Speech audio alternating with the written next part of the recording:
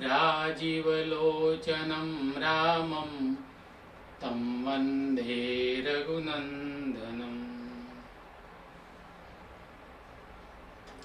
ચૈત્ર સુદ નવમી એટલે ભગવાન રામચંદ્રનું પ્રાગટ્ય દિવસ, અવતરણ દિવસ, રામનવમી.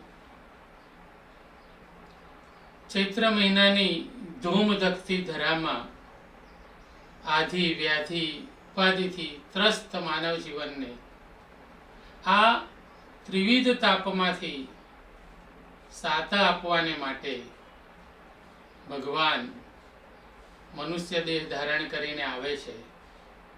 આ ગરમીમાં ત્રસ્ત થયેલા, આધિ વ્યાધિ ઉપાધિથી ત્રસ્ત થયેલા આપણા માનવ જીવનને બપોરે 12 વાગે ભગવાન જન્મ ધારણ કરીને એક શીતળતાનો અહેસાસ કરાવે છે.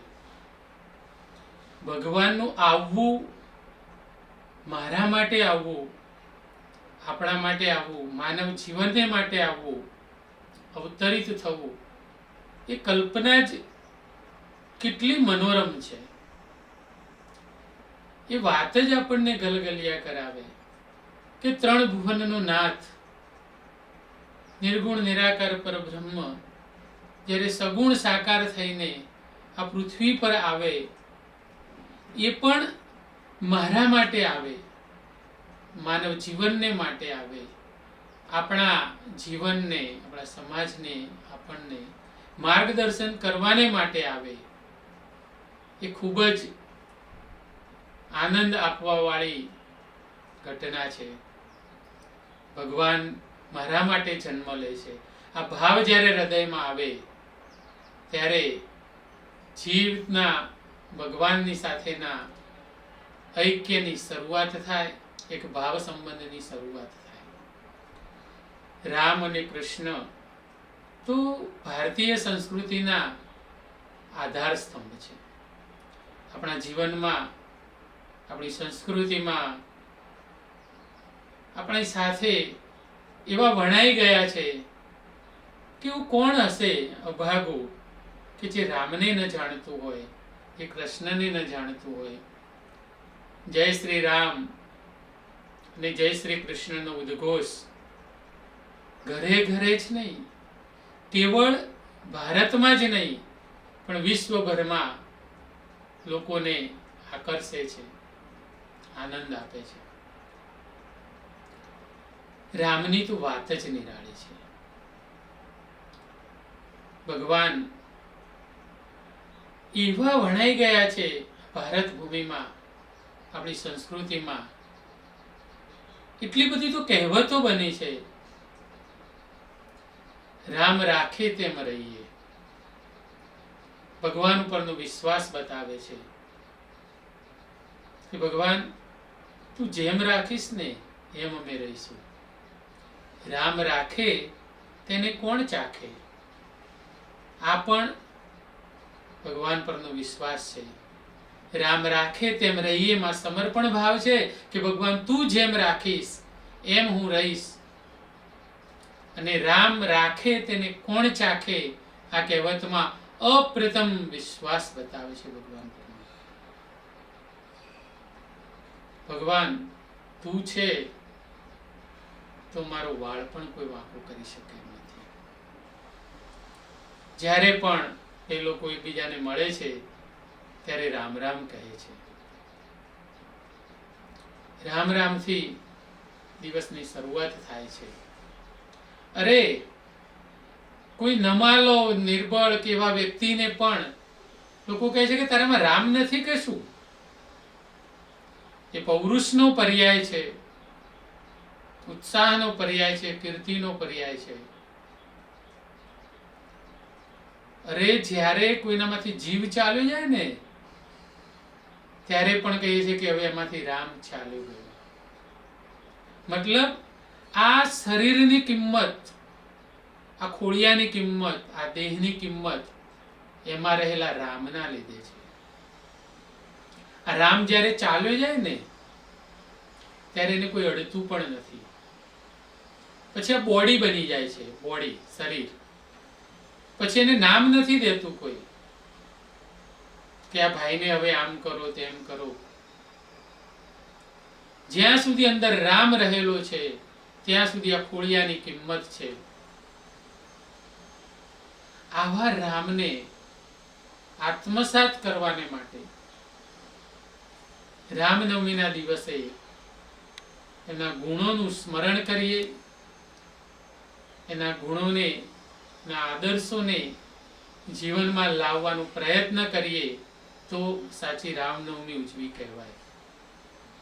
રામના ગુણોને જાણવા, રામના આદર્શોને સમજવા, રામો ભૂત્વા રામમ યજેત થઈને રામને પામવાનો પ્રયત્ન કરવાનો એ દિવસ એટલે રામનવમીનો દિવસ. રામને માટે તો આ દેશમાં જ નહીં, દુનિયાભરમાં કેટલાય વિદ્વાનો ઘણું બધું કહી ચૂક્યા છે. કંઈ પણ કહેવું એના માટે ઓછું છે, એટલો એનો મહિમા છે. રામ નામનો મહિમા અપરંપાર છે, જેનો કહેતા પાર ના આવે. હરિ અનંત હરિ કથા અનંતા. રામ તત્વ કેવું છે? આત્યંતિષ્ઠ દશાંગુલ. જેટલું પણ જાણીએ, જેટલું પણ સમજીએ એનાથી એ કંઈક ઘણું આગળ. આત્યંતિષ્ઠ દશાંગુલ, 10 આંગળ વધારે છે.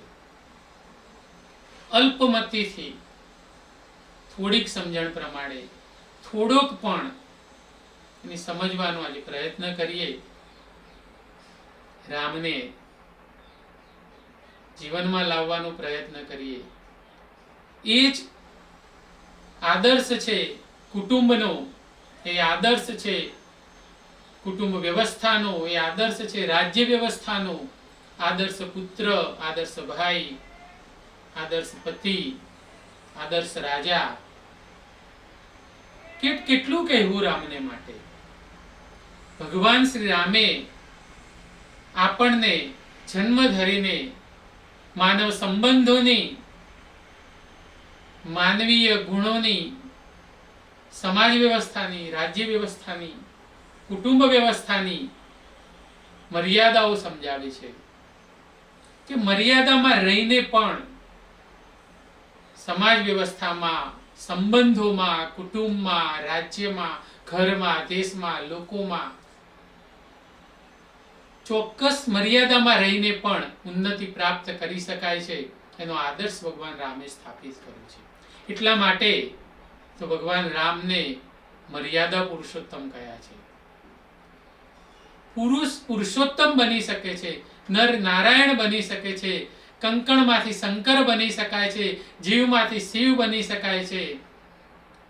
આ ગુણોને જીવનમાં સંક્રાંત કરીને પુરુષમાંથી પુરુષોત્તમ, પુરુષોત્તમમાંથી મર્યાદા પુરુષોત્તમ બનવાનો માર્ગ ભગવાન શ્રી રામ આપણને બતાવે છે. કેવી આદર્શ કુટુંબ વ્યવસ્થા. રામને યાદ રાખીએ ને તો ભાઈઓમાં ઝઘડો ન થાય. રામાયણમાં ક્યાંય આપણે એવું સાંભળ્યું છે, એવું વાંચ્યું છે કે એ ચારેય ભાઈઓને એકબીજાને માટે ઝઘડો થયો હોય, વિવાદ થયો હોય. કારણ ત્યાગની પરાકાષ્ઠા એટલે શ્રી રામ. કુટુંબ વ્યવસ્થાનો આદર્શ એટલે શ્રી રામ. અરે બાપના બોલને માટે હસતા હસતા રાજ્યનો ત્યાગ કરવા વાળા એટલે રામ. કેવી અદ્ભુત વાત છે. અહીંયા આપણા લૌકિક જીવનમાં આપણને હંમેશા એક ફરિયાદ હોય, દરેક બાપને એક ફરિયાદ હોય કે મારો દીકરો મારું કહ્યું માનતો નથી. જ્યારે મહારાજા દશરથને એવી ફરિયાદ હતી, એ પોતાના મંત્રીને કહે છે, આર્ય સુમંતને કહે છે કે હે સુમંત, મને એ વાતનું દુઃખ છે કે મારો દીકરો મારું કહ્યું માને છે. રામે મારો વિરોધ કરવો જોઈએ, મારી આજ્ઞાને અવગણવી જોઈએ. હું મજબૂર છું તો જેને આજ્ઞા કરું છું વનમાં જવાને માટે, અયોધ્યાની ગાદીને છોડવાને માટે, ત્યારે હસતા હસતા એને સ્વીકારી લે છે. એ પોતે એને કહે છે એ બળવો કરી શકે છે, એનો હક છે રાજ્ય ગાદી ઉપર. પણ પિતાના વચનને માટે એને મોઢે તો કહ્યું પણ નથી કે તું જા. પરંતુ રામને જ્યારે ખબર પડી છે કે પિતાજીએ માતા કૈકેયીને વચન આપ્યું કે રામજી વનવાસ જશે અને અયોધ્યાની ગાદી ભરતને આપવાની છે, ત્યારે હસતા મોઢે વાતનો એને સ્વીકાર કર્યો છે. અહીંયા સુખ દુઃખ સમે કૃત્વા લાભાલાભો થયા જેવું દરેક પરિસ્થિતિમાં સ્થૈર્ય અને એ હાસ્ય શ્રી રામના ચહેરા ઉપર જોવા મળે છે. જ્યારે એમને કહેવામાં આવે છે કે સવારે તમારો રાજ્યાભિષેક છે, ત્યારે એ જ નિસ્પૃહતા, એ જ આનંદ અને એ જ ઉત્સાહ જ્યારે એ સાંભળવામાં આવે છે કે રાજ્ય ગાદી પર તમારે બેસવાનું નથી, ત્યારે વનમાં જવાનું છે, એટલી જ સહજતાથી આ પિતૃ આજ્ઞાનો રામે સ્વીકાર કર્યો છે. અરે એ માતા કે જેને કારણે પિતાજીએ આજ્ઞા કરવી પડી છે, જેને કારણે વનમાં જવાનું આવ્યું છે, એ માતા કૈકેયીના પ્રત્યે પણ દ્વેષભાવ એમને રાખ્યો નથી. પહેલા એને નમસ્કાર કરવા ગયા છે. એ કહે છે કે માં તમારે આ જ વસ્તુથી મને કહી દેવું હતું ને. અહીંયા એની પોલિસી નથી, અહીંયા રાજકારણ નથી, પોતાના મા અને પિતાજી માટેનું એક નિર્મળ અલૌકિક પ્રેમ છે. કૈકેયીની આજ્ઞા લેવા ગયા છે અને નમસ્કાર કરવાને માટે ગયા છે. આદર્શ ભ્રાતા એટલે રામ, કે જ્યારે પોતાના મિત્રને પણ કહે છે તું મમ પ્રિય ભરત સમભાઈ. હનુમાનજીને કહે છે તું મને કેવો પ્રિય છે, મારા ભરતના જેવો. જે ભરતને પોતાનું રાજ્ય સિંહાસન સોંપીને પોતે વનમાં ગયા છે, સતત એને યાદ કરતા રહે છે. ભરતને માટેનો આ અપાર સ્નેહ એમની વાતોમાં, લક્ષ્મણજી સાથેની વાતોમાં અનેક વાર છલકી ઉઠે છે, જે રામાયણમાં આપણને જોવા મળે છે. રાજ્ય વ્યવસ્થાને માટે કેટલીક વાર કેટલાક દુઃખદ નિર્ણયો લેવા પડે છે. ઘણા લોકો એવો આક્ષેપ લગાવે છે કે રામે સીતાનો ત્યાગ કર્યો એ બરાબર નથી કર્યો. આપણે આપણી સમજણને પ્રમાણે, સમય અને સંજોગોને પ્રમાણે વિચારતા હોઈએ છીએ. જે તે સમયકાળમાં, જે તે સમય પ્રમાણે, જે સમયની પરિસ્થિતિ પ્રમાણે આપણે વિચારવું જોઈએ કે રામે સીતાનો ત્યાગ કર્યો. રામે સીતાનો ત્યાગ કર્યો હોત તો બીજી પત્ની પણ લાવી શકતા હતા. રાજસૂય યજ્ઞ વખતે બધા લોકોએ આગ્રહ કર્યો છે કે એકલાથી યજ્ઞમાં બેસાય નહીં, બીજી પત્ની કરવાને માટે ઘણો આગ્રહ કર્યો છે. અને એ સમયમાં તો રાજાઓના માટે બહુપત્નીત્વ સહજ સ્વીકાર્ય હતું. પણ એક પત્ની વ્રતા રામે એનો અસ્વીકાર કર્યો છે. સીતાજીની સુવર્ણની મૂર્તિ બનાવીને યજ્ઞમાં પોતાની પાસે બેસાડ્યા છે, પરંતુ આ હૃદયમાં સીતા સિવાય કોઈ બીજા કોઈને સ્થાન ન હોય એનો સ્પષ્ટ નિર્દેશ એમને આપ્યો છે. એવા રામ કે જે સીતે સીતે કરતા કરતા સીતાજીને શોધવાને માટે અરણ્યમાં ભટક્યા કરે છે, એ રામ સીતાનો ત્યાગ કરી શકે? અહીંયા એક રાજાનું જે કર્તૃત્વ છે, રાજાનો જે આદર્શ છે, તે અહીંયા સ્થાપિત કર્યું છે. પતિ રામે માતા સીતાનો ત્યાગ કર્યો નથી. રાજા રામે રાજરાણી સીતાનો ત્યાગ કર્યો છે. રાજ્યને માટે, રાજ્ય વ્યવસ્થાને માટે, રાજ્યના લોકોને માટે. એ વિષય અલગ ચર્ચાનો વિષય છે. ક્યારેક એના ઉપર વાત કરીશું. આદર્શ રાજા કેવો હોય, આદર્શ પુત્ર કેવો હોય, આદર્શ ભાઈ કેવો હોય, એ રામના જીવનમાંથી આપણે શીખવાનું છે. અરે આદર્શ મિત્રતાના લક્ષણો પણ રામ અને સુગ્રીવની મિત્રતામાં આપણને જોવા મળે. વાલીનો વધ કરીને રામે સુગ્રીવને મદદ કરી છે, જ્યારે રાવણની સાથે યુદ્ધ કરીને સુગ્રીવે મિત્ર રામની સહાય કરી છે. અગ્નિની સાક્ષીએ મિત્રતાનો જેમણે કરાર કર્યો છે, એ આ મિત્રતા કેવી અતૂટ છે એ આપણને ક્યારે સમજાય કે જ્યારે ભગવાન શ્રી રામ સરયુ પ્રવેશ કરે છે, આ સમાચાર જ્યારે સુગ્રીવને મળે છે ત્યારે દોડતા આવ્યા છે અને એમને પણ સરયુ નદીમાં જળ સમાધિ લીધી છે. પોતાનું જીવન ત્યાં સરયુ પ્રવેશ કરીને મિત્રની સાથે એમને સમાપ્ત કર્યું છે. આવી મૈત્રીનો આવો આદર્શ આપણને ક્યાં જોવા મળે? આવી મૈત્રીનું ઉદાહરણ આપણે ફ્રેન્ડશિપ ડે માં આપતા નથી, ખબર જ નથી આપણને. રામ અને સીતાના પ્રેમનું ઉદાહરણ એ પણ આપણને યાદ આવતું નથી. આપણે રામ સેતુમાં શું એના દર્શન નથી થતા? સીતાજીને મેળવવાને માટે આવડા મોટા દરિયા ઉપર એ સમયમાં પથ્થરોથી પુલ બાંધીને રામ જ્યારે જાય છે, શું આ રામ સેતુ એ પ્રણયની નિશાની નથી? પ્રેમનું પ્રતીક નથી? ખોટા ઇતિહાસકારોએ, ખોટા લેખકોએ, પત્રકારોએ ભારતના ઇતિહાસને જે રીતે બદનામ કરવાનો પ્રયત્ન કર્યો છે, ખોટી મહત્તાઓ જે આપણામાં ઘુસાડી છે, આવા ઉત્સવોના દિવસે કઈ નહીં તો આવા ઉત્સવોના દિવસે તો એને યાદ કરીએ.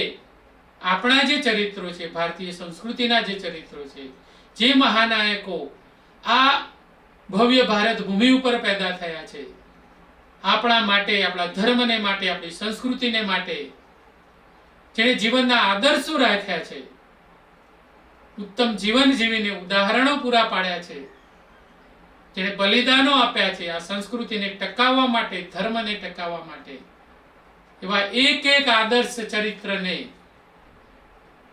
યાદ રાખીએ અને નમસ્કાર કરતા રહીએ. સાચા ઇતિહાસને, સંસ્કૃતિના આ મહાપુરુષોને આપણા હંમેશા વંદન હોવા જોઈએ, એના ચરિત્રોનું વાંચન હોવું જોઈએ, એનો વિચાર હોવો જોઈએ. આપણી આગામી પેઢીમાં, આપણા કુટુંબમાં, આપણી પરંપરામાં એ વાત, એ આદર્શો, એની વાતો થવી જોઈએ, એ વિચાર એના સુધી પહોંચવો જોઈએ. આજે આ સોશિયલ મીડિયાના માધ્યમથી, આ વિચાર દર્શનના માધ્યમથી ઉત્સવ દર્શન કરતા કરતા આવો એક નાનકડો પ્રયાસ આપની સાથે હું કરી રહ્યો છું. ભારતીય સંસ્કૃતિના એ આદર્શોને, એ પ્રતીકોને, એ ઉત્સવોને એટલા માટે નમસ્કાર કરીએ છીએ કે એની અંદર રહેલું હાર્દ આપણા સુધી, આપણા હૃદય સુધી, આપણા ઘર સુધી, આપણા પરિવાર સુધી, આપણી આગળની પેઢી સુધી પહોંચે. કંઈક અંશે પણ, થોડુંક પણ સમજવાનો પ્રયત્ન થાય, થોડુંક પણ અંદર ઉતારવાનો પ્રયત્ન થાય, થોડુંક પણ એ નિમિત્તે સંસ્કૃતિનું કામ થાય. એના માટેના આ નાના એવા મારા પ્રયત્નોમાં આપ સૌનો જે સહકાર મળે છે, એના માટે હું સૌનો આભારી છું. ભગવાન રામના વિચારો ઘરે ઘર સુધી પહોંચે, heart two heart and hurt two hurt, દરેકના સુધી રામને આપણે લઈ જઈ શકીએ તો એક આદર્શ કુટુંબ વ્યવસ્થા, આદર્શ સમાજ વ્યવસ્થા ને આપણે ટકાવી શકીએ અને આપણી સંસ્કૃતિએ આપણા ઉપર કરેલા ઉપકારોનું ઋણ કઈક અંશે અદા કરી શકીએ. ભગવાન રામને એવી પ્રાર્થના કે આપણા પ્રયત્નોમાં આપણને સહભાગી બનાવે અને સદાય મારા હૈયે રહેજો, હકુમત રાજા રામની, હૃદય સિંહાસન ઉપર રહેજો, બેઠક રાધે શ્યામની. રામ અને કૃષ્ણ સદાય આપણા જીવનના પ્રેરક અને આદર્શ બની રહે એવી શુભકામનાઓ. જય શ્રી રામ.